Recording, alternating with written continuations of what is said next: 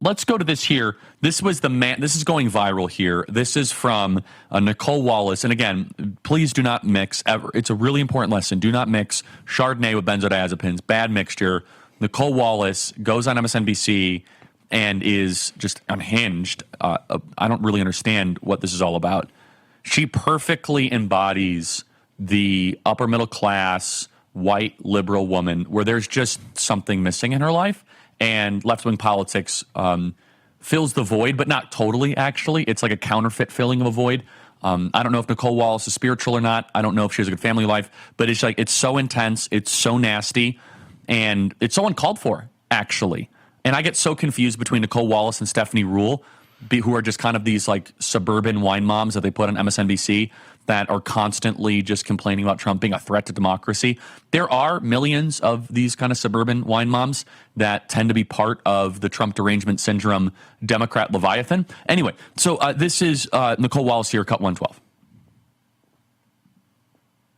Yeah, and I actually think if you're a woman, that might be the worst moment J.D. Vance had, because he was going to mansplain right over that mute button. He was, and again, I don't pretend to know how everyone will react to this. I think that a lot of women in positions of authority that should command respect just by virtue of that dynamic will see themselves in some dude that disrespected them and talked over. I mean, there was a moment like that with the vice presidential in the Harris-Pence debate. So mansplaining is standing up for yourself up against three women. It's just truly, you really wonder how politics can work if this is their reaction to, like, oh, a guy firmly wants to explain the deranged thing the government is doing, and they're like, oh my God, not a good look, Stacey. And by the way, I thought that the whole idea of feminism was that they wanted to be treated equal as women. This is the bigotry of low expectations, that you can't stand up to a calm spoken. I mean, just to be clear, J.D. Vance could not have been more polite, yet firm, precise, and effective. He didn't call them names. He said, wait a second, these were the rules. And he was a gentleman about it, making the women live up to their own rule book. And they didn't know how to deal with it. And how did they respond? With sarcasm. Oh, thank you, J.D. Vance, for letting us know about the legal process to let us into the country. That right there is toxic femininity.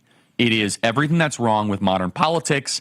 It is not the way that dialogue should occur. And they thought that they could continue to enforce the arbitrary rules against J.D. Vance and make him comply. And J.D. Vance just doesn't put up with that, actually. He's like, no, I'm going to I'm going to stand up for the truth and for what is right. I want to play more of a piece of tape here, which I think is really important, from last night.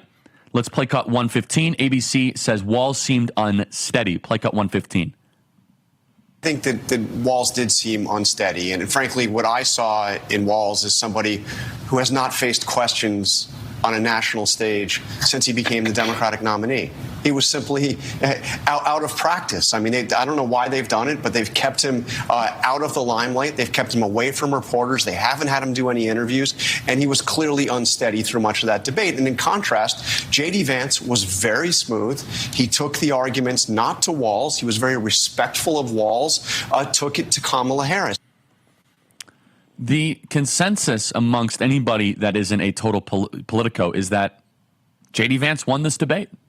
J.D. Vance now has starting a spark plug, and now let's have a big week. We have J.D. Vance debate. We have Trump returning to Butler on Saturday. Voting is beginning. The chasing is starting. 1 week from today, Arizona ballots are out. 1 week from today, poof.